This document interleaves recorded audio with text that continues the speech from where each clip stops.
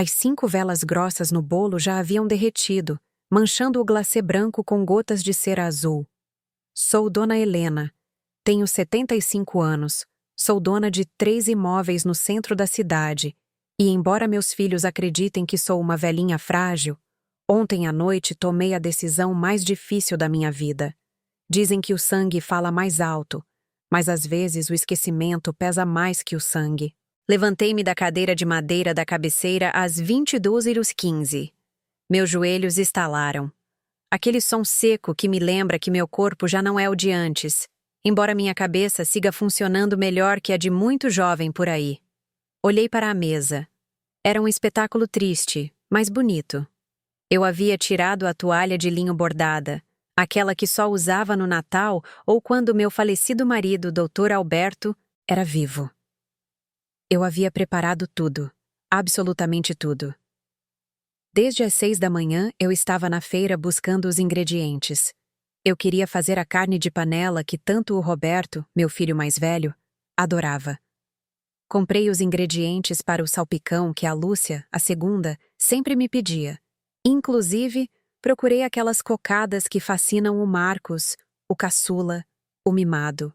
Dona Helena, vai ter festa? Me perguntou o seu Jacinto, o açougueiro, enquanto me cortava a carne de primeira em bifes perfeitos. Sim, seu Jacinto, respondi com um sorriso que mal cabia no rosto. Faço 75 anos. Meus 5 filhos vêm jantar. Todos. Que iludida, que boba eu fui.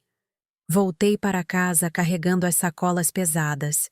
Sentia a dor na coluna, aquela pontada fina na lombar. Mas não me importei. A alegria me dava forças. Imaginava a casa cheia de barulho como antigamente.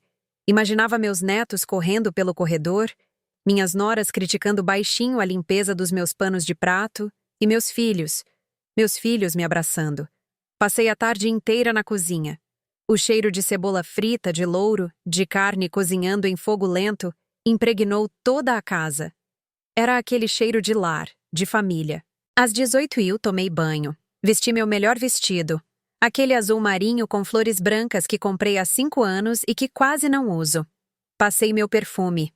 Penteei meu cabelo branco com cuidado e coloquei os brincos de pérola que minha mãe me deu antes de morrer.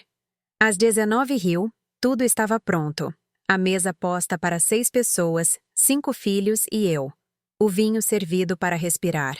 O bolo no centro. Sentei-me para esperar. Às 19h30 pensei. O trânsito deve estar horrível. É sempre assim a esta hora na cidade. Às 20h, senti a primeira pontada de preocupação no estômago. Terá acontecido algo? Um acidente? Peguei o telefone fixo para ligar para Roberto, mas desliguei antes de discar. Não queria ser a mãe grudenta que perturba. Com certeza já estavam chegando. Às 20h30, a comida começou a esfriar. Levantei-me e fui à cozinha aquecer a carne de panela outra vez. Não queria que comessem frio. Enquanto mexia a panela, senti uma lágrima descendo pela minha bochecha. Limpei-a rápido com o dorso da mão, como se alguém estivesse me vendo. Não seja ridícula, Helena, disse para mim mesma. Eles já vão vir. Às 21h, o silêncio da casa tornou-se ensurdecedor. O tic-tac do relógio de parede soava como marteladas. Tic-tac, tic-tac. Cada segundo era uma confirmação da minha solidão. Meus 5 filhos. Roberto, o advogado bem-sucedido, Lúcia, a médica. Carlos, o que tem a loja de carros, Sofia, a que vive viajando. E Marcos, meu bebê, que já tem 40 anos, mas continua me pedindo dinheiro emprestado. 5 filhos. Eu os criei sozinha quando Alberto morreu há 20 anos. Trabalhei costurando roupa para fora, vendendo comida, administrando com unhas e dentes o pouco que tínhamos para que eles fossem profissionais, para que fossem alguém. Nunca lhes faltou um prato de comida. Nunca lhes faltou um caderno para a escola. E agora eu estava aqui, com 75 anos, e me faltavam eles. Às 20 boiçal, meu celular, aquele aparelho moderno que mal entendo, mas que tenho para emergências, vibrou sobre a mesa. O ruído fez meu coração saltar. Peguei-o com as mãos trêmulas. Era uma mensagem no grupo da família. Uma mensagem de Roberto. Coloquei os óculos para ler bem. Dizia: Desculpa, mãe, esquecemos completamente com tanto trabalho. Na próxima semana passamos para te ver sem falta. Parabéns. Debaixo da mensagem, as outras começaram a aparecer. Lúcia colocou um desenho de uma carinha triste e escreveu: Ai, não, que cabeça a minha. Parabéns, mamãe. Te amamos. Marcos apenas colocou: Parabéns, chefa. A gente esqueceu. Essas 3 palavras doeram mais que qualquer doença. Mais que a artrite. Mais que a solidão. Mais que a viuvez. A gente esqueceu. Não é que tiveram um acidente. Não é que adoeceram. É que simplesmente minha existência, meu aniversário, minha vida, não foi importante o suficiente para que nenhum dos 5, nenhum só, se lembrasse. Apaguei o celular. Não respondi. Fiquei olhando para a comida. A carne de panela já tinha aquela capa de gordura dura por cima por causa do frio. O salpicão parecia triste. Não chorei. Curiosamente, depois de ler a mensagem, a vontade de chorar me passou de repente. O que senti foi outra coisa. Foi um frio que me subiu dos pés ao peito. Foi uma clareza absoluta. Levantei-me devagar, comecei a recolher a mesa, joguei toda a comida no lixo. Não guardei sobras, não congelei nada. Esvaziei a panela da carne de panela no lixo. O ruído da carne caindo foi seco. Joguei o salpicão. Joguei o bolo inteiro, com velas derretidas e tudo. Enquanto lavava os pratos, com a água quente queimando minhas mãos, comecei a pensar. Meus filhos sempre dizem que sou uma mulher quadrada, que não entendo de negócios, que só sirvo para cuidar da casa. Roberto sempre me diz: Ah, mãe, não se preocupe com os papéis da casa. Eu cuido disso. A senhora descansa. Marcos sempre me diz: Mãe, me empresta uns milzinhos. Você nem gasta. Pra que quer dinheiro parado? Eles acreditam que sou uma velha que só espera a morte sentada em uma poltrona. Acreditam que o patrimônio que construí com meu esposo é deles por direito de sangue. Acreditam que, por ser velha, não tenho vontade, nem desejos, nem dignidade. Sequei as mãos com o pano de prato. Olhei meu reflexo na janela escura. Vi uma mulher mais velha, sim, com rugas, com cabelo branco, mas em meus olhos não vi uma vítima.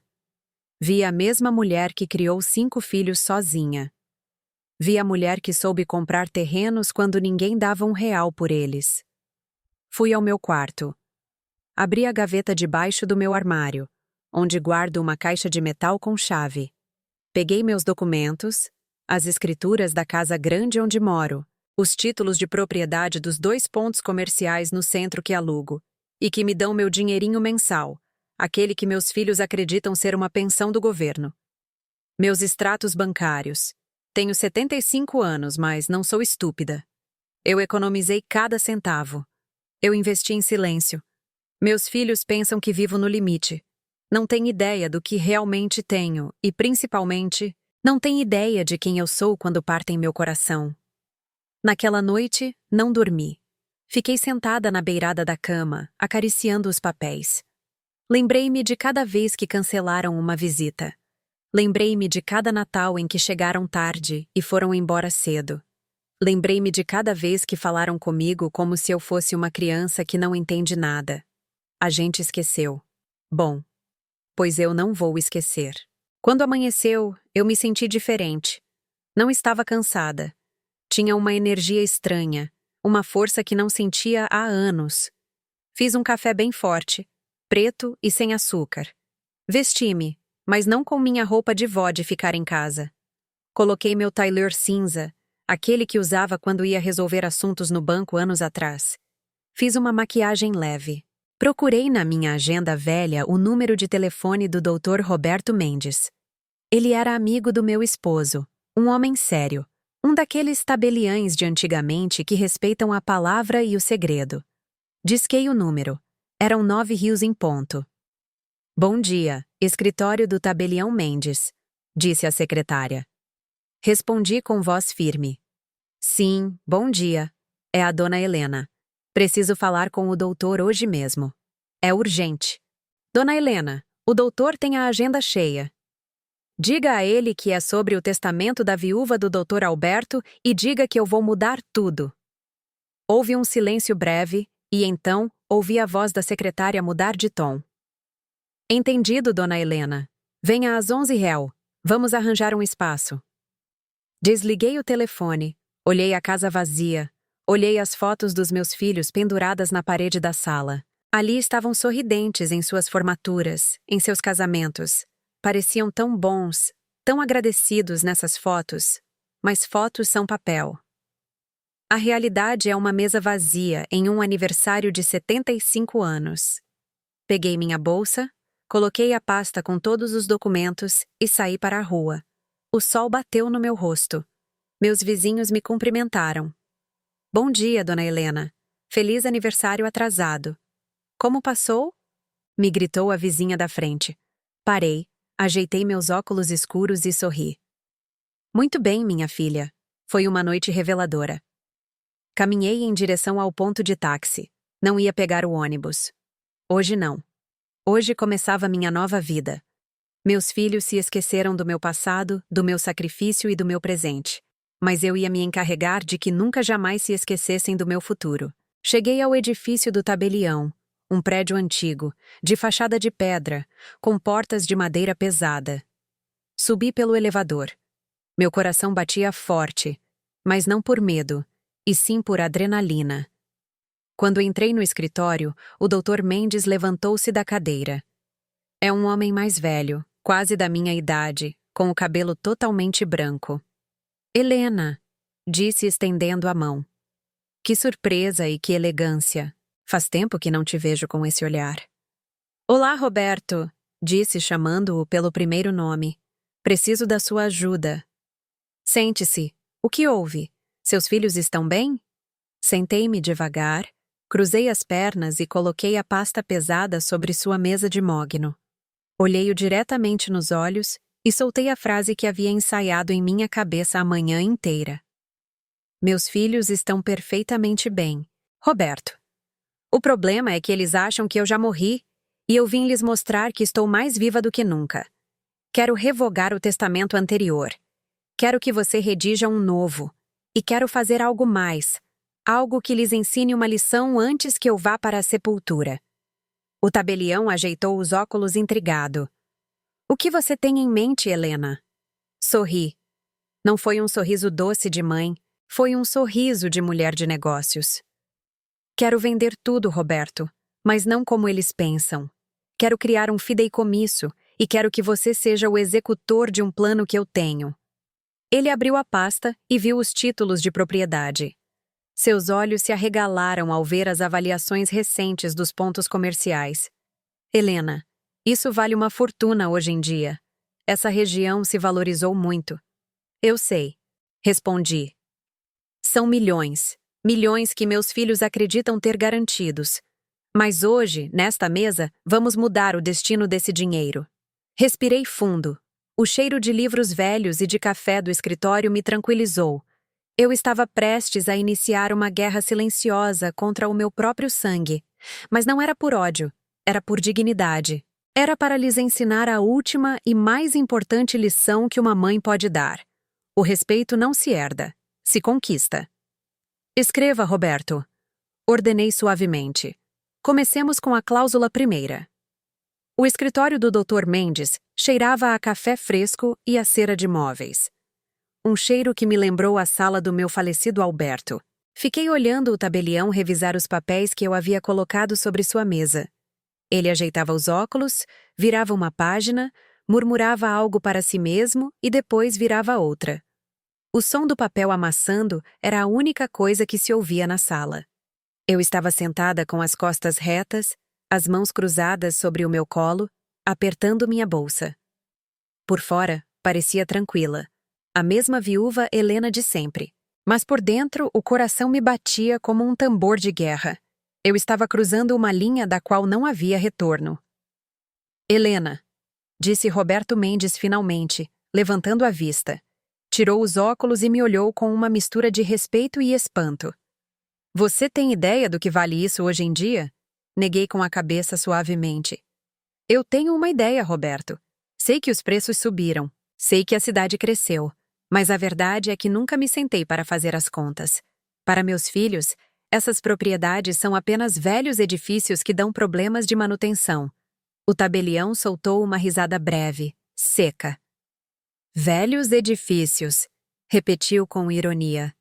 Helena, deixe-me explicar algo. O ponto comercial na Rua Augusta, onde antes havia uma sapataria, agora está em plena zona nobre. E o terreno grande, aquele que você comprou há 30 anos nos arredores, quando todos te diziam que você estava louca porque lá não chegava nem o diabo. Bom, agora é uma zona industrial de alta demanda. Roberto pegou uma calculadora grande de botões cinzas. Começou a digitar com rapidez.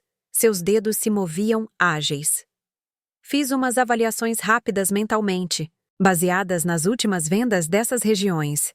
Disse sem deixar de olhar a tela. Se decidirmos vender ou liquidar estes ativos hoje, ou simplesmente reajustar os aluguéis ao valor real de mercado, Helena, não estamos falando de uns trocados para a velhice. Ele virou a calculadora para mim. Olhei a tela. Havia muitos zeros. Meus olhos, cansados pelos anos, levaram alguns segundos para focar bem os números. É isso? Perguntei com a voz em um fio. Sim, assentiu ele. Estamos falando de mais de 25 milhões de reais. E isso sendo conservadores. 25 milhões! Recostei-me no encosto da cadeira de couro. Senti uma tontura repentina. Não era pelo dinheiro em si. Eu sou uma mulher simples. Com meu café, meu pão na chapa e minha novela, sou feliz. A tontura vinha do contraste, da brutal diferença entre essa cifra e a forma como meus filhos me tratavam. Fechei os olhos um momento e as imagens me assaltaram. Vi Marcos na semana passada me pedindo R$ 500 para a gasolina porque não ia fechar o mês. E eu tirando as notas amassadas do meu porta-moedas, sentindo-me culpada por não poder dar mais. Vi Lúcia me repreendendo há um mês porque eu queria comprar um sapato ortopédico de R$ 2.000. Mãe, isso é caríssimo. Melhor procurar uns na feira. Não estamos para luxos, me disse. E eu obedeci. Comprei uns baratos que me dão bolhas. Eles me viam como um estorvo. Me viam como uma velhinha que precisa ser mantida, a quem é preciso atirar migalhas de tempo e de paciência. E acontece que eu estava sentada sobre uma mina de ouro. Eu sou rica, Roberto, sussurrei. Mais para mim do que para ele. Você é uma mulher muito acaudalada, Helena, e muito inteligente. Manteve isso à tona sozinha, após a morte de Alberto. Ninguém te deu nada. Abri os olhos. A tontura havia passado. Em seu lugar senti uma chama acender em meu peito. Era o poder. Não o poder do dinheiro, e sim o poder da verdade. Durante anos, senti-me pequena, dependente do afeto deles, mendigando suas visitas. Pensava que se lhes desse tudo o que tinha, me amariam mais. Quão enganada eu estava, Roberto, disse, e minha voz já não tremia. Agora soava firme, como quando eu repreendia meus filhos quando eram crianças. Não quero que eles saibam. Como? Perguntou ele confuso. Helena, cedo ou tarde eles vão saber. Se me acontecer algo, que saibam pelo testamento. Mas enquanto eu respirar, não quero que saibam que sua mãe, a pobre viúva, tem 25 milhões em propriedades.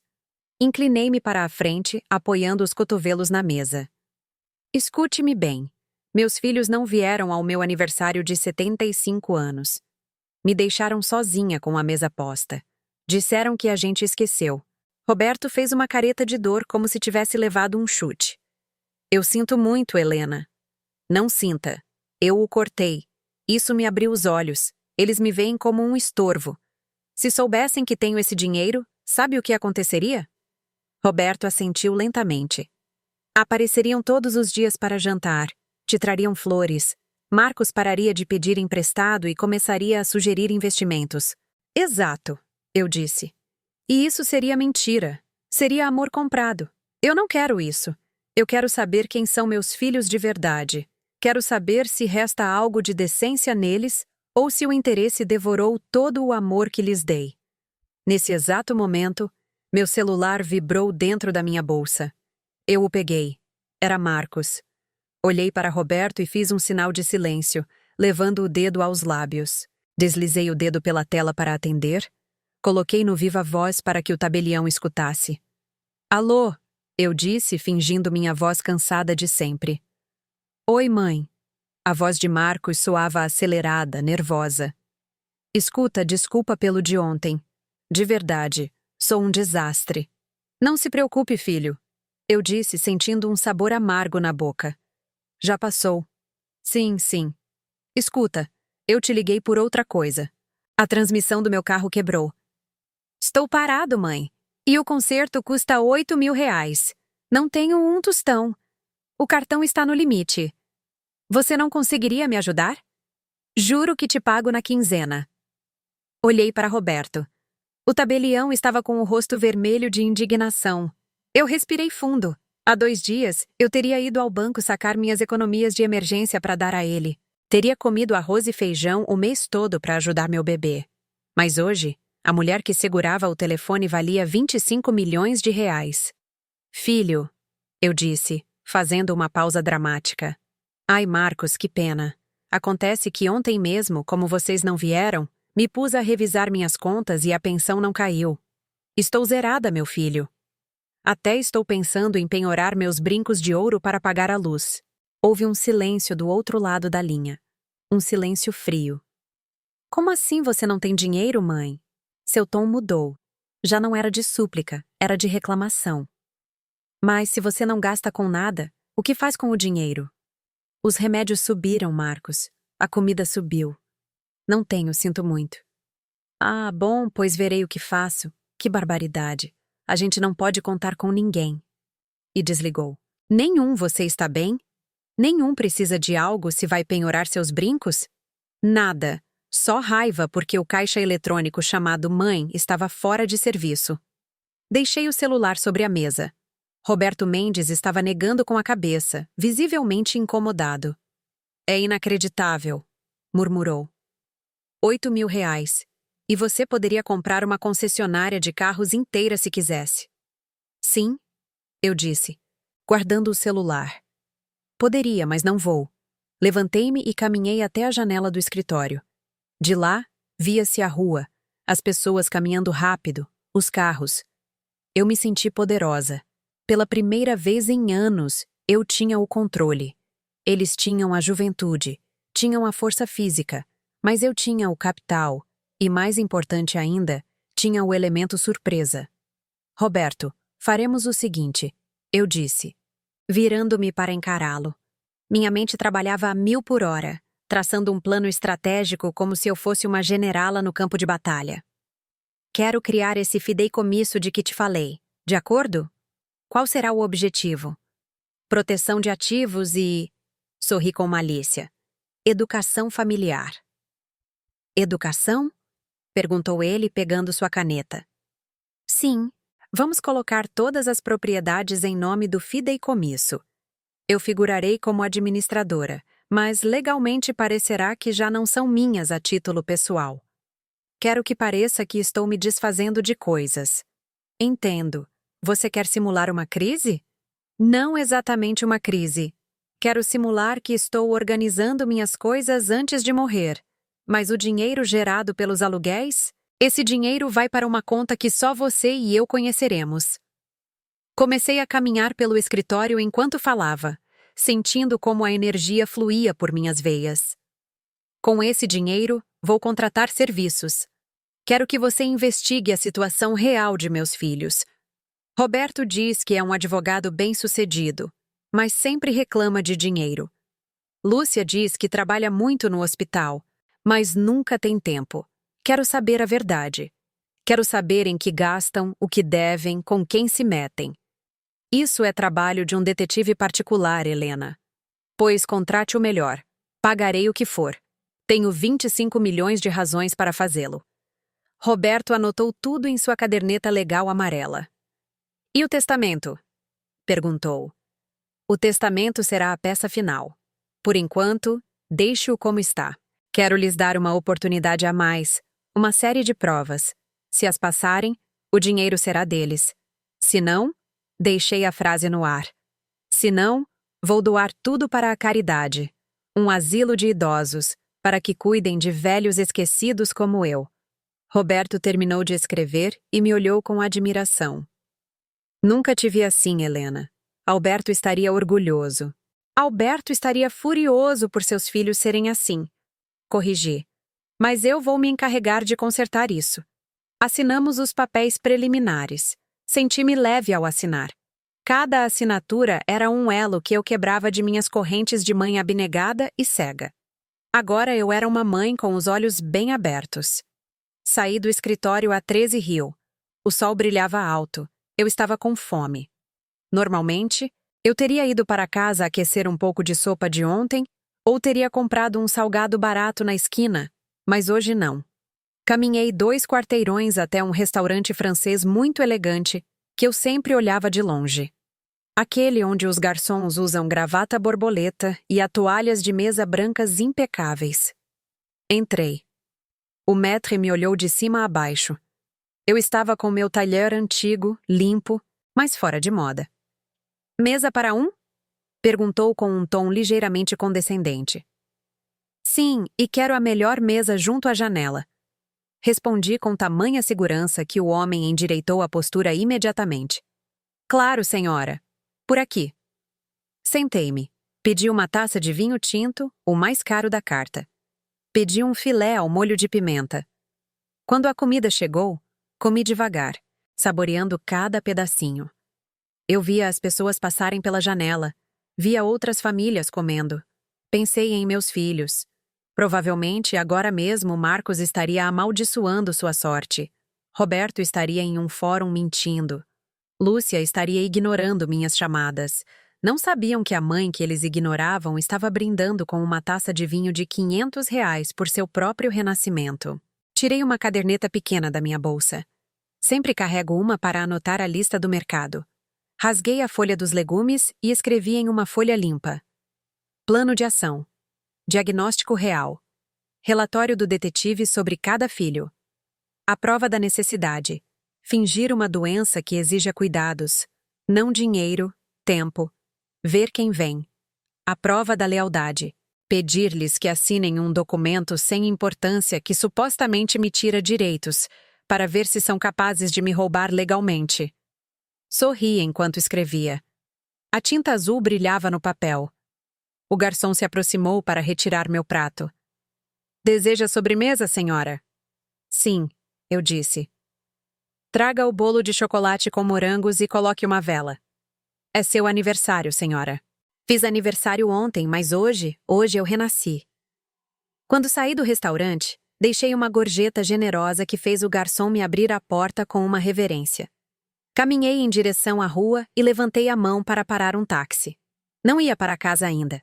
Tinha que ir a mais um lugar. Fui a uma loja de tecnologia, daquelas modernas, cheias de luzes e telas gigantes. Aproximei-me de um rapaz jovem que atendia.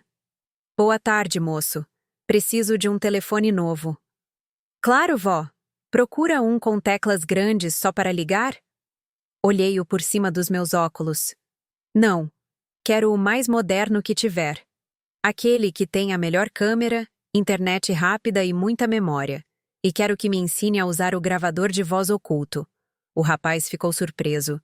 Ah, claro. Esse seria o modelo Pro. É caro. Tirei meu cartão de débito. Aquele onde guardava as economias de emergência que meus filhos acreditavam que não existiam. Pode cobrar, eu disse. É uma ferramenta de trabalho. Saí da loja com o telefone novo na caixa. Agora eu tinha as armas, tinha o dinheiro, tinha o plano. Eu estava a caminho de casa, para minha casa vazia e silenciosa. Mas o silêncio já não me assustava, porque agora o silêncio era meu melhor aliado. No silêncio, eu ia construir a armadilha, e meus filhos, tão ocupados em suas vidas barulhentas, não a ouviriam se fechar sobre eles até que fosse tarde demais. Cheguei em casa, tirei os sapatos e servi um copo de água. Olhei o telefone fixo. A luz vermelha piscava. Havia uma mensagem na secretária eletrônica. Dei o botão para reproduzir. Era a voz de Roberto, meu filho mais velho. Mãe, sou o Roberto. O Marcos me ligou dizendo que você não tem dinheiro. Que história é essa? Leva um golpe de algum 171 ou o quê? Precisamos conversar. Você não pode sair dizendo que está na ruína. Isso nos faz passar vergonha. Passo domingo. Se eu tiver tempo. Apaguei a mensagem. Passa domingo, Roberto. Disse em voz alta para a sala vazia. Passe. Estarei te esperando. Mas a mãe que você vai encontrar não é a que você pensa. Sentei-me na minha poltrona favorita e abri a caixa do telefone novo. O jogo havia começado. O domingo amanheceu nublado, um desses dias cinzentos que te convidam a ficar na cama. Mas eu estava de pé desde as 6 da manhã. Não estava cozinhando um banquete como na semana passada. Não havia cheiro de carne de panela, nem bolo no forno. Só havia café preto, forte e amargo, como a realidade que meus filhos estavam prestes a provar. Sentei-me na sala com minha xícara fumegante. Eu havia feito mudanças sutis na casa. Guardei as fotos de meus filhos que estavam sobre a lareira. Em seu lugar, coloquei um vaso com lírios brancos frescos que comprei eu mesma. Tirei a toalha de renda que Roberto gostava e deixei a madeira da mesa nua, brilhante e fria. Às 11 da manhã, ouvi o motor do carro de Roberto. É um SUV grande, ostentoso, desses que rugem para que todo o bairro saiba que o doutor havia chegado. Não saí para recebê-lo na porta. Fiquei sentada, revisando as notícias no meu telefone novo, aquele que eles não sabiam que eu tinha. Ativei o gravador de voz e coloquei o telefone virado para baixo sobre a mesa de centro, dissimulado entre umas revistas velhas. A porta se abriu. Roberto tem a chave. Eu nunca pedi, mas hoje me incomodou ouvir o som da chave dele girando na minha fechadura sem sequer tocar a campainha. Mãe! Gritou da entrada. Na sala! Respondi sem levantar a voz. Roberto entrou. Vinha vestido com roupa esportiva de marca, embora eu saiba que a única coisa que exercita é a mandíbula. Olhou-me e franziu a testa ao ver que eu não me levantei para abraçá-lo. Oi, mãe. Está bem? Parece séria. Estou como sempre, filho. Sente-se. Quer café? Está na cozinha. Sirva-se você. Ele ficou paralisado por um segundo. Estava acostumado a que eu corresse para servi-lo, para colocar o açúcar, para mexer a colherinha. Ah, não. Obrigado. Vim rápido. Tenho um jogo de golfe. Sentou-se na beirada do sofá, desconfortável. Olhou ao redor. Onde estão as fotos, mãe? A da minha formatura? Eu as guardei para limpar. Menti. Ajeitei meus óculos. Você disse em sua mensagem que queria falar da minha ruína. Roberto suspirou. Aquele suspiro impaciente que os pais usam com as crianças mimadas. Olha só, mãe. Marcos me disse que você não tem dinheiro, que vai penhorar suas joias. Isso não pode ser. Papai te deixou bem. No que você está gastando o dinheiro? Está sendo enganada por esses vendedores por telefone? Ninguém me engana, Roberto. Eu disse com calma. Simplesmente o dinheiro acaba. A casa é velha, os canos falham, a vida é cara. Roberto passou a mão pelo cabelo ralo. Mãe, você não pode sair dizendo por aí que está pobre. Isso me afeta. As pessoas falam, sou um advogado de prestígio. O que vão dizer se souberem que minha mãe está penhorando brincos? Aí estava. Não se importava se eu tinha fome. Importava-se com o que os outros vão dizer. Pois se te preocupa tanto... Roberto, você poderia me ajudar com a mensalidade da luz e da água. São R$ 1.500. Ele ficou tenso. Vi como apertava a mandíbula. Mãe, você sabe que agora estou muito apertado? A prestação da minha casa nova, a mensalidade do colégio das crianças, as parcelas do carro. Não me sobra nada. Entendo. Eu disse suavemente. Todos estamos apertados. Por isso tomei uma decisão. Fiz uma pausa longa. Deixei que o silêncio se esticasse até se tornar incômodo. Que decisão? Perguntou ele com um tom de alerta. Vou vender a casa. Roberto pulou do sofá como se tivesse uma mola. O quê? Ficou louca? Você não pode vender a casa. É a minha casa, Roberto. Está no meu nome. É grande demais para mim sozinha. E eu preciso do dinheiro para viver meus últimos anos com dignidade, já que meus filhos não têm. Pensei em vendê-la e me mudar para uma kitnet alugada na Vila Clementino. Com o que me derem por esta casarona, consigo viver tranquila até morrer. O rosto de Roberto ficou vermelho, depois pálido. Mãe, você não pode fazer isso. Esta casa é o patrimônio da família, é a herança. Papai construiu isso para nós. Papai construiu isso para viver com sua esposa. Corrigi. E a esposa continua viva e precisa comer. Já falei com um corretor de imóveis. Ele diz que o terreno vale muito para construir apartamentos. Não! Gritou, perdendo a compostura. Você não vai assinar nada! Com certeza querem te passar a perna. Eu sou advogado. Eu tenho que revisar qualquer papel. Eu te proíbo de vender. Levantei-me devagar. Parei na frente dele. Sou baixinha, mas naquele momento me senti gigante. Você me proíbe? Perguntei em voz muito baixa. Você que não veio ao meu aniversário. Você que não tem 10 mil reais para sua mãe, mas tem para jogar golfe. Roberto recuou um passo. Nunca tinha me visto assim. Mãe, não é isso. É que você está velha, não pensa com clareza. É princípio de Alzheimer. Com certeza é isso. Vou falar com a Lúcia. Você precisa de um check-up. Fale com quem quiser, mas a casa será vendida, a menos. A menos que? A menos o quê? A menos que vocês, meus 5 filhos, se encarreguem de todas as minhas despesas a partir de hoje. Uma pensão mensal de 5 mil reais para cada um. 25 mil reais por mês. Com isso, eu mantenho a casa e não a vendo. Roberto soltou uma risada nervosa. 5 mil reais para cada um? Mãe, você está delirando. Ninguém tem esse dinheiro extra. Marcos está devendo até a alma. Lúcia é pão duro. Sofia nunca está. Então eu vendo a casa. Vocês têm uma semana para decidir. Roberto saiu de casa batendo a porta. Esperei que o ruído do motor se afastasse. Então peguei meu telefone. Parei a gravação. Eu tinha a prova do egoísmo dele. Tinha a prova de que sua única preocupação era a herança, não o meu bem-estar. E tinha algo mais valioso: o medo. Eu havia semeado o pânico. Meia hora depois, meu telefone começou a tocar. Era Lúcia. Não atendi. Depois ligou Sofia, de Cancún. Não atendi. O grupo de WhatsApp da família, que geralmente estava mudo, começou a se encher de mensagens. O que está acontecendo com a mamãe? Roberto diz que ela quer vender a casa da família. Ficou louca. Temos que interditá-la se for necessário. Ela não pode vender nossa casa. Li cada mensagem com um sorriso frio. Nossa casa.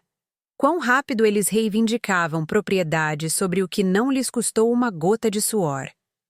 Na segunda-feira pela manhã, eu tinha um compromisso diferente, não com o médico nem com o tabelião. Fui a uma cafeteria discreta no centro, longe do meu bairro.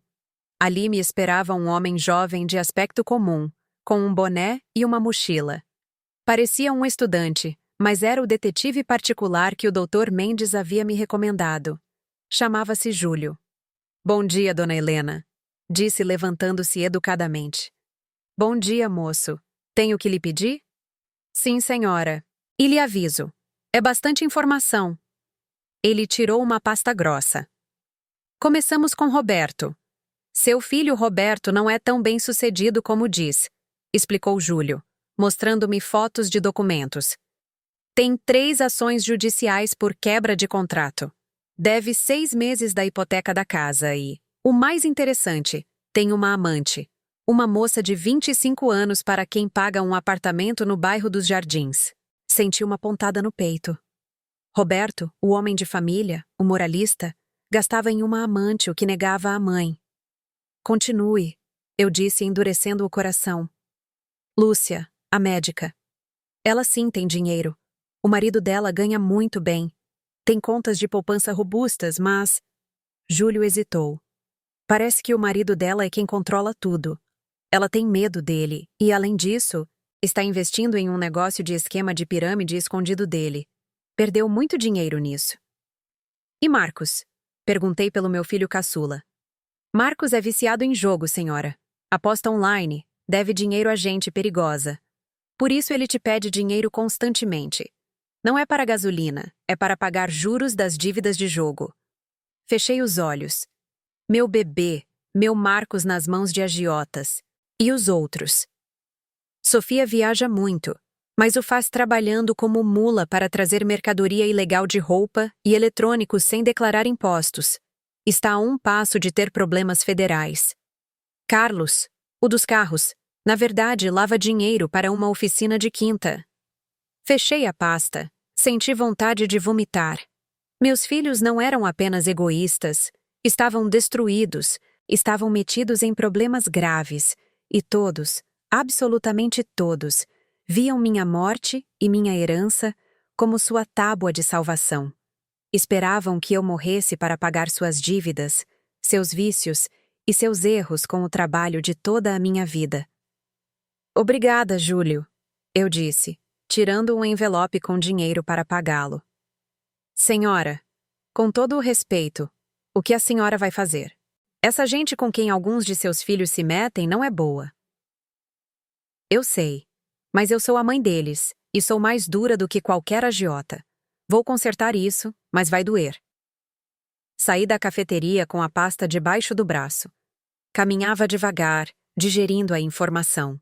A tristeza inicial transformou-se em uma determinação fria. Já não se tratava apenas de lhes dar uma lição de gratidão. Agora se tratava de salvá-los de si mesmos. Se lhes desse a herança agora ou se morresse e eles a repartissem, o dinheiro se esvairia em meses. Roberto o daria à amante ou aos bancos. Marcos o perderia em apostas.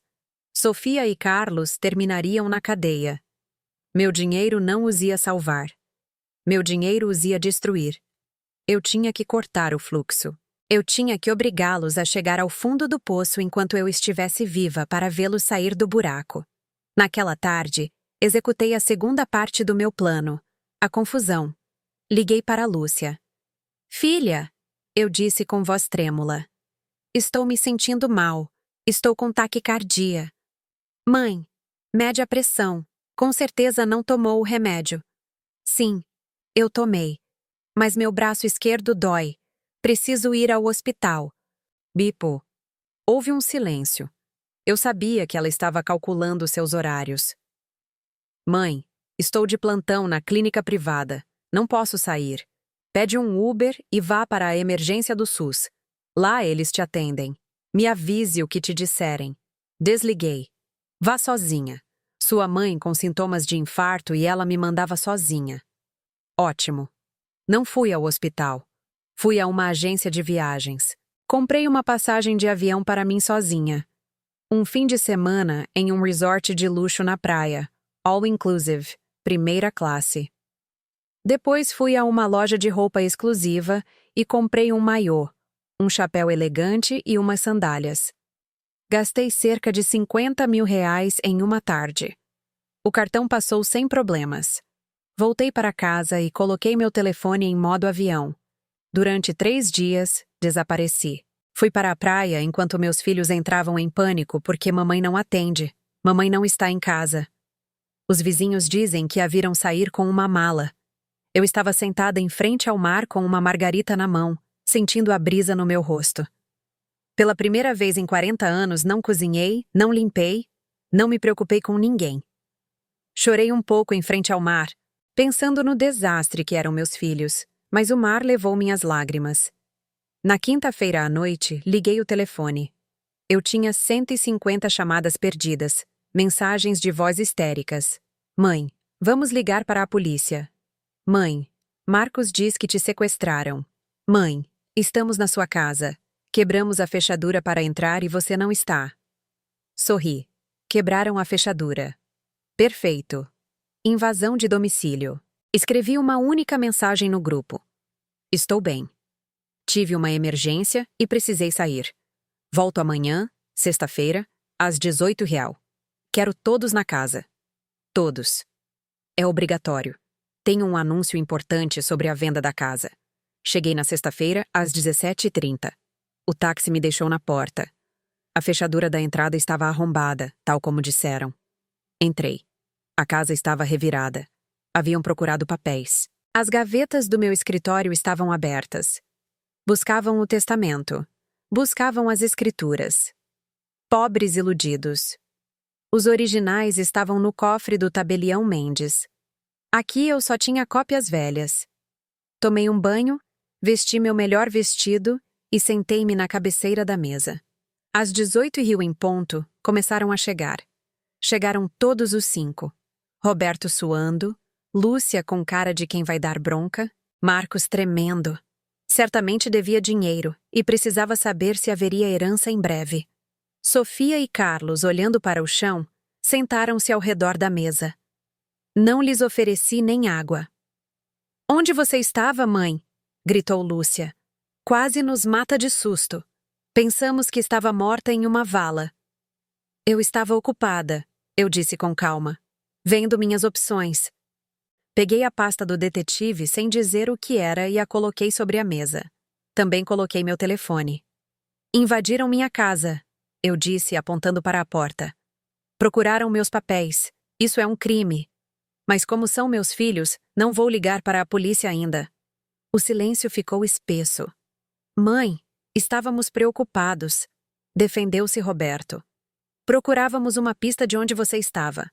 Procuravam o testamento." Eu o cortei bruscamente. "Procuravam saber o que lhes cabe." Ninguém respondeu. Os olhares se cruzaram. "Bem, vamos direto ao ponto. Eu lhes disse que ia vender a casa." "Não vai fazer isso", interrompeu Marcos. "É nossa herança." "Era sua herança", corrigi. "Mas estive pensando. Vocês dizem que não têm dinheiro para me ajudar, que estão na ruína." Olhei fixamente para Roberto. "Roberto, você diz que não tem R$ 100, mas paga um apartamento na Rua Genebra, não é?" Roberto ficou branco como papel. Sua boca abriu, mas não saiu som. "O quê?" perguntou sua esposa, minha nora, que havia vindo com ele. Roberto olhou para ela com terror. "Nada. Coisas de mãe e filho", eu disse rápido, aproveitando o pânico dele. Eu não ia dedurá-lo na frente de sua mulher ainda. O medo era melhor castigo por enquanto. Olhei para Lúcia.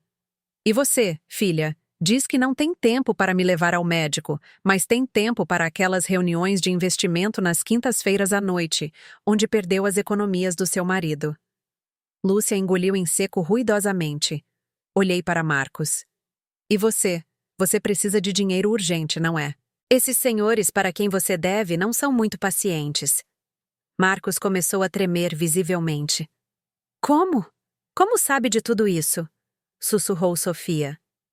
"Eu sou a mãe de vocês", eu disse, e minha voz ressoou com uma autoridade ancestral. "Eu limpei a bunda de vocês quando eram bebês. Eu sei quando mentem. Sempre soube. Só que antes eu me fazia de boba, porque os amava demais. Mas no domingo passado, quando me esqueceram, algo se quebrou. A mãe cega morreu. Agora vocês têm a mãe que vê tudo." Levantei-me. "A casa não será vendida por enquanto, mas as regras mudam. Hoje, eu tirei 5 envelopes. Dentro de cada um, há uma conta. Roberto, você vai pagar o IPTU da casa. Aqui está o boleto. Lúcia, você vai pagar o seguro médico de gastos maiores para mim. Marcos, você vai vir pintar a fachada da casa você mesmo. Nada de contratar alguém. Quero ver você suar. Sofia, você vai vir limpar a casa profundamente 2 vezes por semana. Carlos, você vai consertar todos os canos e a instalação elétrica." "E se a gente não quiser?" desafiou Carlos, cruzando os braços. "Você não pode nos obrigar." Sorri. Foi um sorriso que gelou o sangue dos 5. "Se não o fizerem até o fim do mês..." Toquei a pasta do detetive. "Eu tenho um encontro com o tabelião Mendes no dia 1º do mês seguinte. Eu vou criar um fideicomisso. Se eu assinar esse papel, todas as minhas propriedades, o dinheiro, a casa, os pontos comerciais, tudo passa a ser propriedade de uma fundação beneficente no momento da minha morte. E vocês não verão 1 centavo, nenhum." Eles ficaram mudos. Sabiam que eu falava sério. "Além disso", adicionei lançando a bomba final, Roberto, se você não pagar o IPTU amanhã, eu vou contar para sua esposa por que você trabalha tanto até tarde. Lúcia, eu contarei ao seu marido onde estão as economias dele. Marcos, bom, digamos que a polícia estaria muito interessada em saber quem lava dinheiro naquela oficina. Era um blefe pela metade, mas funcionou. O terror em seus olhos foi absoluto. Mãe, isso é chantagem, disse Roberto indignado. Não, filho, isso é educação. Vocês pularam as aulas de gratidão e respeito durante 40 anos. Agora vão fazer um curso intensivo. Eu me dirigi à cozinha. A propósito, estou com fome e não cozinhei. Quero que peçam o jantar daquele restaurante italiano caro que vocês gostam, e vocês vão pagar. Eu estarei no meu quarto vendo TV. Me avisem quando a comida chegar. Saí da sala, deixando-os ali, paralisados, olhando uns para os outros com ódio e medo. Entrei no meu quarto e fechei a porta. Deixei-me cair na cama, tremendo. A adrenalina baixava e eu me sentia exausta. Meu coração doía por ter que ameaçar meus próprios filhos para obter um pouco de respeito. Mas depois, lembrei-me da mesa vazia do meu aniversário. Lembrei-me do "a gente esqueceu". Não, eu não me arrependia. Ouvi murmúrios, gritos abafados na sala. Estavam brigando entre si. É sua culpa por não ter vindo ao aniversário dela. Cala a boca. Você também não veio. Paga você o jantar? Eu não trouxe. Sorri. A dinâmica havia mudado. Já não eram eles contra a pobre velhinha. Agora eram eles tentando sobreviver à matriarca. E isto estava apenas começando. Na segunda-feira, começaria a verdadeira prova, porque o tabelião Mendes já tinha redigido a minuta do fideicomisso e tinha uma cláusula especial. O herdeiro que demonstrar mudança genuína receberá o dobro. O que fingir será deserdado. Mas isso eu não ia lhes dizer. Eles teriam que descobrir sozinhos. Recostei-me e liguei a televisão. Pela primeira vez em anos, não me senti sozinha. Me senti a dona do meu destino. E a janta italiana, eu tinha certeza, ia ter gosto de glória. Nunca imaginei que o som de uma vassoura varrendo pudesse ser música para os meus ouvidos. Mas ali estava eu, sentada na minha cadeira de balanço na varanda com um copo de limonada fresca na mão, vendo um espetáculo que meus vizinhos não podiam acreditar. Marcos, meu filho, o mimado, o que nunca tinha levantado nada mais pesado que um baralho de cartas, estava subido em uma escada, pintando a fachada da casa. Tinha manchas de tinta branca em sua roupa de marca, suava em bicas e resmungava entre os dentes, mas o rolo subia e descia. Lá dentro, ouvia-se o aspirador de pó. Era Sofia, a viajante, a que sempre dizia que era alérgica a pó. Estava limpando os tapetes que não eram lavados há anos. E na cozinha, Carlos, o que se acha muito macho porque conserta carros, estava debaixo da pia brigando com o cano que pingava há 6 meses. "Me passa o grifo, por favor!" Ouvi-o gritar. Sorri. Era sábado de manhã. Normalmente eu estaria sozinha vendo televisão ou falando com minhas plantas. Hoje minha casa estava cheia de vida. Uma vida forçada, sim. Cheia de ressentimento e caras fechadas. Mas vida, afinal. Roberto chegou às 12h em ponto. Trouxe o boleto do IPTU pago. Entregou-o com 2 dedos como se o papel estivesse sujo. "Aqui está, mãe. 8.000 reais. Tive que pedir um adiantamento no escritório. Espero que esteja contente." "Não se trata da minha felicidade, filho," eu disse, pegando o recibo e guardando-o na minha bolsa. "Trata-se da sua responsabilidade. Esta casa será sua algum dia, não será? Pois cuide dela." Roberto afrouxou a gravata. Olhou-me com aquele olhar analítico que usa nos fóruns. "Mãe, temos que conversar. Isso não pode continuar assim. Você está agindo de forma errática." "Errática?" perguntei, erguendo uma sobrancelha. "Por quê? Por que peço que trabalhem? Por que exijo respeito? Por que está gastando dinheiro que não tem em viagens e detetives? E depois diz que está pobre? Por que nos ameaça?" "Falei com a Lúcia. Achamos que..." Fez uma pausa, procurando a palavra menos ofensiva. Achamos que você precisa de ajuda profissional. Aí estava o plano que eu sabia que viria. Eu o vi em seus olhos. Não era preocupação com minha saúde, era estratégia. Se conseguissem me declarar incapaz mentalmente, poderiam tomar o controle dos meus bens, anular minhas decisões e gerenciar meu dinheiro a seu bel prazer. É a jogada clássica dos filhos abutres. Ajuda profissional, repeti, fazendo-me de inocente. Você se refere a um médico? Sim, na verdade convidei um colega para almoçar hoje. É o Dr. Valadares. É geriatra e psiquiatra. Só para a gente conversar, mãe, para ficarmos tranquilos de que sua cabecinha está funcionando bem. Deu-me vontade de rir. Roberto pensava que eu era uma idosa ingênua. Pensava que podia trazer um médico comprado para me prender em minha própria mentira. Parece excelente, Roberto, eu disse levantando-me. Que ele venha, que me examine. Não tenho nada a esconder. À 13 real, a família feliz reuniu-se na sala de jantar. Haviam pedido comida chinesa, paga por Lúcia a contragosto. O Dr. Valadares era um homem careca com um sorriso falso que não chegava aos olhos. Sentou-se ao meu lado. Meus filhos olhavam-me com tensão. Marcos havia parado de pintar e esfregava as mãos manchadas. Sofia olhava-me com pena fingida. E diga-me, dona Helena, começou o doutor com voz suave, como se falasse com uma criança. Como a senhora tem se sentido ultimamente? Esquece coisas? Sente-se perseguida? Deixei meus talheres sobre a mesa com suavidade. Olhei para meus 5 filhos. Depois olhei para o doutor. Doutor? Eu disse com voz clara e potente. Minha memória está perfeita. Lembro que em 1985 comprei esta casa. Lembro que Roberto fez xixi na cama até os 12 anos. Lembro que paguei a faculdade de medicina da Lúcia vendendo salgadinhos e docinhos nos fins de semana. Houve risadas nervosas. Roberto ficou vermelho. O que acontece, doutor? Eu continuei. É que meus filhos confundem demência com autoridade. Acham que estou louca porque deixei de ser a serviçal deles e me tornei a mãe deles. O doutor tossiu, incomodado. Entendo, senhora, mas Roberto me comenta que a senhora fala de milhões e depois pede dinheiro emprestado. Essas contradições às vezes indicam. Contradições? Eu o interrompi. Roberto, me passe minha bolsa. Roberto, confuso, passou minha bolsa de mão. Tirei uma pasta azul. Não era a do detetive. Era uma nova que o tabelião Mendes havia me dado ontem.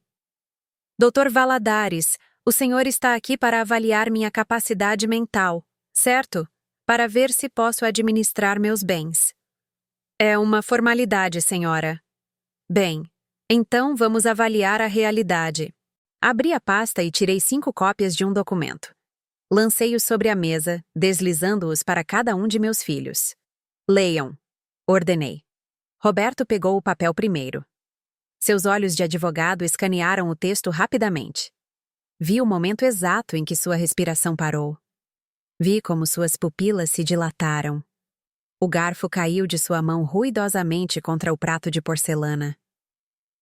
Mãe, sussurrou. Sua voz já não tinha arrogância, tinha puro choque. O que diz? Perguntou Lúcia, impaciente, tomando a folha dele. Roberto levantou a vista. Olhou-me como se fosse a primeira vez que me via na vida. É uma avaliação certificada dos pontos comerciais do centro e do terreno da zona industrial.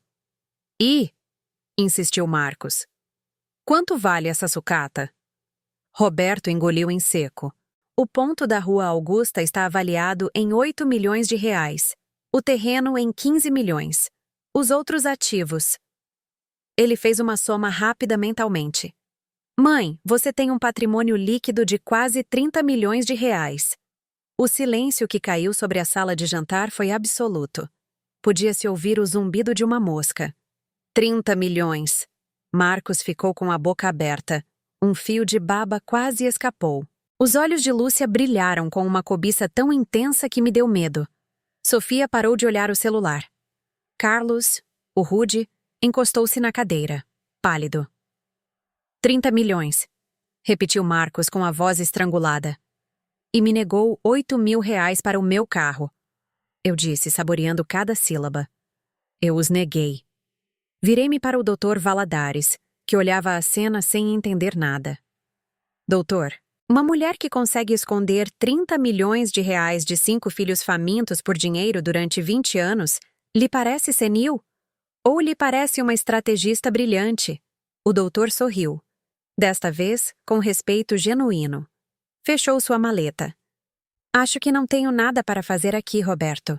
Sua mãe está mais lúcida do que todos nós juntos. Com licença. E se foi. Ficamos sozinhos. A dinâmica na sala mudou violentamente. Eles já não me olhavam como a velha louca. Olhavam-me como um banco com pernas. Olhavam-me como se eu fosse a dona do mundo. E o mais triste de tudo, de repente todos me queriam. Roberto levantou-se e correu para me abraçar. Mãe, mas que maravilha, que inteligente a senhora é. Perdoe-me por duvidar. É que queríamos protegê-la. Eu o empurrei suavemente. Seu abraço parecia frio, falso. Sente-se, Roberto. Lúcia começou a chorar. Lágrimas de crocodilo. Ai, mamãe, que alívio saber que a senhora não vai passar dificuldades. Estávamos tão preocupados pensando que era pobre. Nós só queremos o melhor para a senhora. Cale-se, eu disse. Não gritei. Apenas o disse baixinho. Eles se calaram no instante. O dinheiro tem esse efeito. Concede autoridade imediata. Escutem-me bem, eu lhes disse, olhando-os um por um. Agora sabem a verdade. Sou milionária. Eu poderia comprar a vida de cada um de vocês se quisesse. Poderia pagar a hipoteca de Roberto, as dívidas de jogo de Marcos, os investimentos falidos de Lúcia. Vi esperança em seus rostos. Vi como Marcos já estava gastando o dinheiro em sua mente. Mas não vou fazer isso. Os rostos caíram no chão. O dinheiro está em um fideicomisso. O tabelião Mendes o administra. Eu não posso tirar grandes quantidades em dinheiro, e há uma cláusula muito específica para quando eu morrer. Qual? Perguntou Carlos, suando. A cláusula do mérito. Levantei-me e caminhei ao redor da mesa como uma professora examinando seus alunos. O dinheiro não será dividido em 5 partes iguais. Isso seria o fácil. Isso é o que vocês esperavam. Então, perguntou Sofia nervosa, o dinheiro será repartido, baseando-se em um sistema de pontos que eu criei. Pontos. Roberto estava indignado.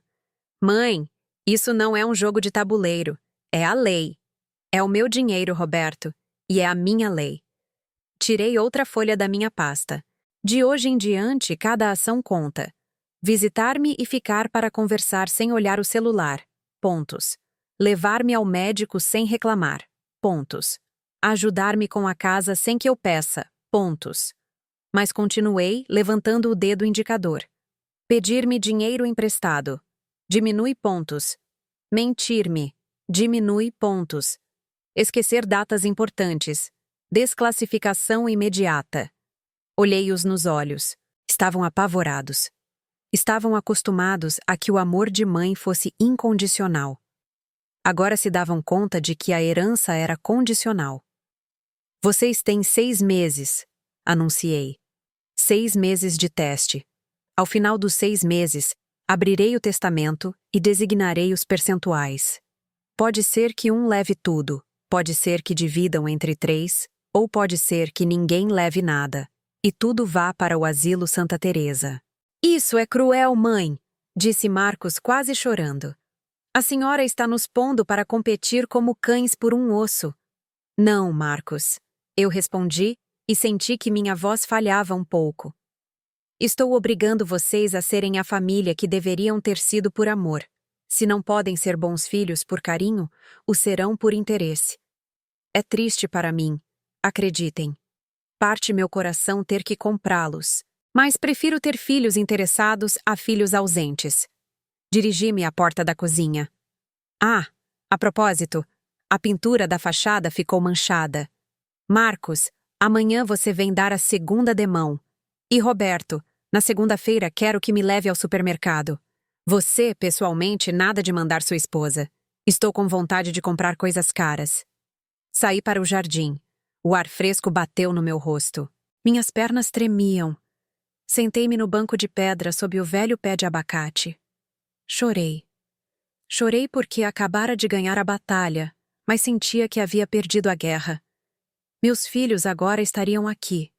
Viriam todos os dias, me trariam flores, chocolates e netos, mas eu sempre saberia no fundo do meu coração que não viriam por mim, viriam pelos 30 milhões. De repente, ouvi passos atrás de mim, sequei as lágrimas rápido. Era Marcos, o caçula, o viciado em jogo. Sentou-se ao meu lado. Cheirava a tinta e a suor. Esperei que me pedisse algo, que me dissesse: Mãe, com 1 milhãozinho, eu resolvo minha vida. Mas Marcos ficou calado. Olhou para as mãos manchadas de tinta. Mãe, disse com a voz embargada. O que você quer, Marcos? Não vou te dar dinheiro. Não é isso, negou com a cabeça. É que ouvi o que a senhora disse que prefere nos comprar a ficar sozinha. Levantou o rosto. Tinha os olhos cheios de lágrimas reais. Que filhos horríveis nós somos, não é? Fiquei gelada. Era a primeira vez em anos que ouvia uma verdade sair da boca dele. Sim, Marcos, vocês se comportaram muito mal. Eu não sabia que a senhora se sentia assim. O dinheiro me impactou, sim, mas doeu mais o que a senhora disse sobre a gente ter esquecido. Marcos recostou a cabeça no meu ombro como quando era criança e tinha medo do escuro. Perdoa, mãe. Sou um desastre. Devo muito dinheiro. Tenho medo, mas juro que vou pintar essa parede direito. Não pelos pontos, mas porque me deu vergonha ver a senhora pagar meu estrago. Senti o peso dele no meu ombro. Era o primeiro contato humano real que eu tinha em anos. Talvez, só talvez, o plano estivesse funcionando melhor do que eu pensava. Talvez a verdade, mesmo que impulsionada pelo choque do dinheiro, estivesse rompendo as crostas do egoísmo. Acariciei o cabelo sujo de poeira dele. Pinte a parede, filho. E depois a gente vê. Da janela da cozinha, vi Roberto e Lúcia nos olhando. Os rostos deles eram de puro cálculo. Estavam pensando que Marcos estava ganhando vantagem na competição. Vi Roberto tirar o celular, provavelmente para cancelar o golfe de amanhã e vir me ver. A corrida de ratos havia começado, mas aqui, sob o pé de abacate, com meu filho mais novo chorando no meu ombro, senti uma pequena faísca de esperança. Eu tinha o poder, tinha o controle, e tinha 6 meses para ver se podia salvar pelo menos um deles. Levantei-me, sacudindo a saia. Vamos entrar, Marcos. Vou te dar um copo de limonada, mas lave as mãos antes. Não quero que manche meus móveis. São móveis de mulher rica. Ele soltou uma risada triste e me seguiu. Entramos na casa. A verdadeira transformação estava por começar, e eu ia desfrutar cada segundo do meu reinado. 6 meses, 180 dias exatos daquele aniversário em que jantei solidão e bebi lágrimas. Hoje o calendário marca uma data diferente, mas meu salão de jantar volta a ser o cenário principal. Levantei-me cedo como sempre. Abri as cortinas do meu quarto e deixei que a luz da manhã inundasse o cômodo. Lá fora, o jardim estava impecável. As rosas estavam podadas, o gramado cortado rente e a fachada da casa brilhava com uma pintura branca fresca que refletia o sol. Não contratei nenhum jardineiro. Essas rosas foram podadas por Roberto com suas mãos de advogado, cheias de curativos pelos espinhos. Esse gramado foi cortado por Carlos suando em bicas, e a fachada foi pintada por Marcos, camada após camada, até cobrir a sujeira de anos de abandono. Vesti-me devagar. Escolhi um vestido cor creme, elegante, de tecido macio. Coloquei minhas pérolas, olhei-me no espelho. A mulher que me devolvia o olhar já não tinha aquela sombra de tristeza nos olhos. Tinha rugas, sim, muito mais do que antes, mas cada uma delas parecia sublinhar uma vitória. Eu já não era a velhinha esquecida, era a matriarca. Desci para a cozinha. O cheiro de café fresco já estava ali. Bom dia, mãe, disse Sofia. Estava lavando a louça do café da manhã. Ela, que antes não levantava nem um dedo, Agora vinha 3 vezes por semana para limpar. Bom dia, filha. Seus irmãos chegaram? Estão na sala. O tabelião Mendes acabou de estacionar. Senti um frio na barriga. Hoje era o dia do juízo final. Como eu o chamava em minha mente. O período de teste havia terminado. Caminhei em direção à sala. Meus 5 filhos ficaram de pé assim que entrei. Foi um movimento automático, respeitoso. Há 6 meses, nem sequer teriam me cumprimentado ao entrar. Hoje, o medo de perder a herança os havia transformado nos filhos mais atenciosos do mundo. Mas eu não me enganava. Sabia que grande parte daquela atenção tinha um preço: 30 milhões de reais. Sentem-se, eu disse ocupando minha poltrona habitual. O Dr. Mendes entrou, carregando sua pasta de couro gasta. Parecia sério, solene. Cumprimentou a todos com um aceno de cabeça e sentou-se ao meu lado. Bom dia a todos, disse Mendes, abrindo a pasta. Estamos reunidos aqui a pedido de sua mãe, a dona Helena, para dar leitura à resolução do fideicomisso familiar que foi estabelecido há 6 meses. O silêncio na sala era tão denso que se podia cortar com uma faca. Roberto afrouxou o colarinho da camisa. Lúcia brincava nervosamente com os anéis. Marcos olhava para o chão com as mãos entrelaçadas, como se estivesse rezando. Eles esperavam um veredito de vencedores e perdedores. Esperavam ouvir. Roberto fica com tudo, ou Marcos está deserdado. Pobres. Ainda não entendiam nada. Antes de ler os aspectos legais, eu intervi, levantando a mão. Tenho algo a dizer. Olhei-os um por um. Durante estes 6 meses, eu os observei. Anotei cada visita, cada ligação, cada favor. Peguei minha caderneta de notas. Roberto, você veio todos os domingos. Me levou ao supermercado. Pagou as contas em dia. Ah, Roberto sorriu, inflando o peito. Mas eu continuei. Cada vez que você vinha, olhava o relógio a cada 10 minutos. E, quando me levava ao mercado, ia falando ao telefone o tempo todo. Cumpriu com seu dever, filho. Mas seu coração continuava em outro lugar. O sorriso de Roberto se desfez. Lúcia, você conseguiu as melhores consultas médicas. Comprou vitaminas caras. Lúcia assentiu fervorosamente. Mas cada vez que você me atendia, me lembrava de quão ocupada estava. Fazia-me sentir que minha saúde era uma carga administrativa para você. Cumpriu, filha, mas sem afeto. Olhei para Carlos e Sofia. Vocês fizeram o que lhes foi pedido. Limparam, consertaram, obedeceram por medo. São bons trabalhadores, mas continuam sendo seguidores. Finalmente, olhei para Marcos. Marcos levantou a vista. Tinha olheiras. Havia estado trabalhando em 2 turnos em um depósito para pagar suas dívidas, além de vir pintar a casa. Marcos, eu disse suavemente. Eu sei, mãe, interrompeu ele com a voz rouca. Sei que perdi. Sou o que mais deve, o que mais problemas lhe deu. Não espero nada. Só obrigada por não me deixar cair na cadeia estes meses. Cale-se e escute, eu ordenei, mas sem dureza. Marcos, você foi o único que, enquanto pintava a fachada, parou para conversar comigo sobre minhas flores.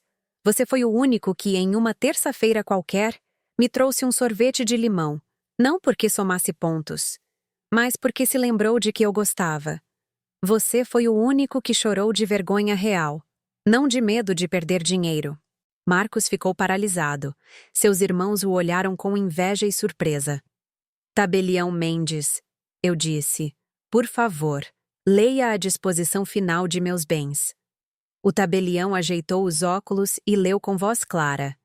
Eu, Helena, em pleno uso de minhas faculdades mentais, declaro que o patrimônio acumulado de 30 milhões de reais não será repartido em dinheiro entre meus filhos. O quê? Gritou Roberto, pondo-se de pé. Mas se cumprimos, fizemos tudo o que a senhora pediu. Sente-se, Roberto, disse Mendes. Não terminei. O patrimônio total passará a fazer parte da Fundação Dr. Alberto e Dona Helena. Esta fundação terá como objetivo administrar os bens imóveis e gerar rendimentos. Meus 5 filhos serão nomeados membros do conselho diretor da fundação. Como conselheiros, terão direito a um salário mensal vitalício equivalente a R$ 30.000 para cada um, ajustável à inflação. Um salário? Perguntou Lúcia confusa. Ou seja, uma mesada. Exato, eu disse. R$ 30.000 por mês é um bom dinheiro. Dá para vocês viverem tranquilos, para pagar hipotecas, para estarem seguros, mas não é suficiente para que deixem de trabalhar, nem para que fiquem loucos gastando em luxos, nem para que sejam vítimas de golpes. É uma rede de segurança, não um bilhete de loteria. Vi como processavam a informação. Não eram milionários de repente, mas tinham a vida resolvida para sempre. R$ 30.000 seguros por mês, para o resto da vida, era uma bênção. Mas há uma condição, acrescentou o tabelião. Para receber sua mensalidade, o conselho deve reunir-se obrigatoriamente todos os domingos para almoçar na casa da família com a fundadora, enquanto ela viver, e entre eles quando ela faltar. A ausência injustificada à refeição da família anula o pagamento daquele mês. Eles ficaram mudos. Eu acabara de atar o bem-estar econômico deles à união familiar. Se quisessem dinheiro, teriam que se ver, teriam que conviver, teriam que ser família, mesmo que fosse à força no início. E há uma cláusula adicional, disse Mendes, olhando para Marcos. Será destinado um fundo único de emergência para liquidar as dívidas de jogo de Marcos, sob a condição de que frequente a terapia e se submeta a exames antidoping mensais. Se falhar, perde seu lugar no conselho. Marcos começou a chorar. Cobriu o rosto com as mãos e soluçou como uma criança.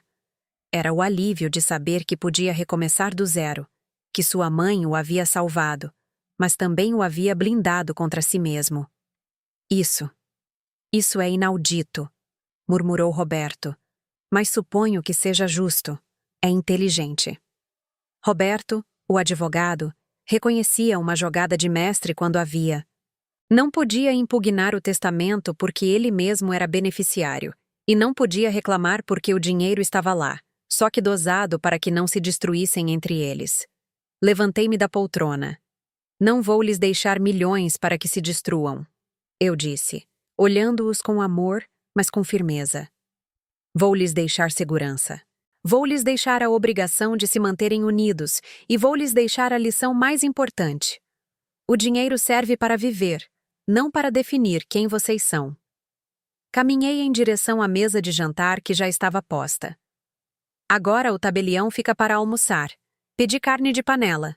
E desta vez vocês vão comer e vão sorrir porque são a família mais afortunada do bairro. Tenho uma mãe que os ama o suficiente para não lhes dar o que querem, mas sim o que precisam. O almoço foi estranho. No início, havia tensão, mas depois o vinho ajudou e o alívio de saber que seus problemas econômicos urgentes estavam resolvidos soltou as línguas. Marcos contou uma piada. Lúcia riu. Roberto serviu mais vinho ao tabelião. Pela primeira vez em anos, o ruído no meu salão de jantar não era o eco da minha solidão, mas o barulho de talheres e vozes. Olhei para a cabeceira vazia onde Alberto costumava sentar. Aí estão eles, velho, pensei. Não são perfeitos, são interesseiros, são complicados, são egoístas às vezes, mas estão aqui. E enquanto eu viver, vão continuar aqui. E quando eu morrer, terão que continuar se vendo se quiserem receber o cheque. Pelo menos não serão estranhos no meu funeral. Depois do almoço, quando todos se foram, levando cada um seu primeiro cheque mensal adiantado, fiquei sozinha novamente, mas era uma solidão diferente. Era uma solidão de paz, de missão cumprida. Saí para a varanda para ver o pôr do sol. Peguei meu telefone novo. Tinha uma mensagem de Marcos. Obrigado, mãe. Prometo que não vou te decepcionar com a terapia. Te amo. E uma mensagem de Roberto. A carne de panela estava boa. Nos vemos no próximo domingo. Ah, e revisei o contrato do fideicomisso. Está blindado. A senhora é uma gênia, mãe. Sorri. O sol se punha pintando o céu de laranja e violeta.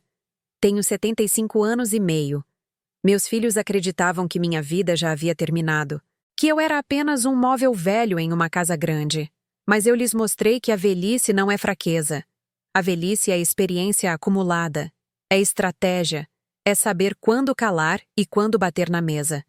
Percebi algo importante. A dignidade não se pede, se impõe. E às vezes, para que te respeitem como mãe, você tem que agir como uma rainha. Apaguei o telefone. Respirei fundo o ar fresco da noite.